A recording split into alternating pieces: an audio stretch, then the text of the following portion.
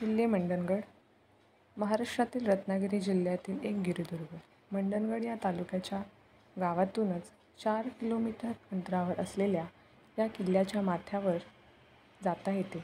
या किल्ल्याची उंची पायथ्याच्या मंडणगड गावापासून 300 मीटर आहे. मंडणगड किल्ला 2 शिखरांचा आहे. उजव्या बाजूकडील थोड्याशा उंच शिखरावर फक्त एक पाण्याची टाकी पाहता येते. बाकी रान आहे. डाव्या बाजूकडील काहीशा सपाट शिखरावर किल्ला आहे. किल्ल्याचे प्रवेशद्वार अस्तित्वात नाही, पण त्याचे बाजूचे बुरुज अजून उभे आहेत. गडावर 2 पाण्याचे तलाव आहेत.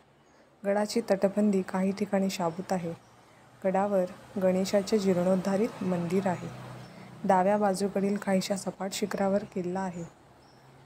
मंडणगड हे तालुक्यातील ठिकाण किल्ल्यापासून 2 किलोमीटरवर आहे. मुंबई-गोवा महामार्गावर महाडच्या अलीकडील टोल नावाचा फाटा आहे. या फाट्यावरून आंबेत-माकडळ मार्गे मंडणगडला जाता येते. येथे राहण्यासाठी आणि जेवणासाठी काही सोय नाही आहे. त्यासाठी तुम्हाला धनगरवाडीपर्यंत 20 मिनिटांवर गडावर जाता येते. या किल्ल्याच्या इतिहासात राजा भोज याचा उल्लेख आढळून येतो. 1661 साली हा किल्ला जसवंतराव दळवी या आदिलशाही सरदाराच्या ताब्यात.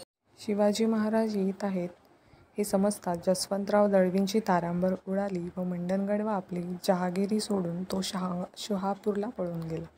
महाराजांना न लढताच हा किल्ला मिळाला. काही काळ हा किल्ला सिद्दी व नंतर आग्र्याकडे होता. 1818 साली इंग्रजांनी तो जिंकला. गडावर तटबंदीचे अवशेष हे फारच कमी प्रमाणात दिसतात. गडावर बांधकामाची 5 ते 6 जोते आहेत. पण याच्या मागील टोकावरून दिसणारे दृश्य अतिशय विलोभनीय आहे. या टोकावरून मंडणगड आणि परिसरातील सर्व भागांचे दृश्य अतिशय मनमोहक दिसते.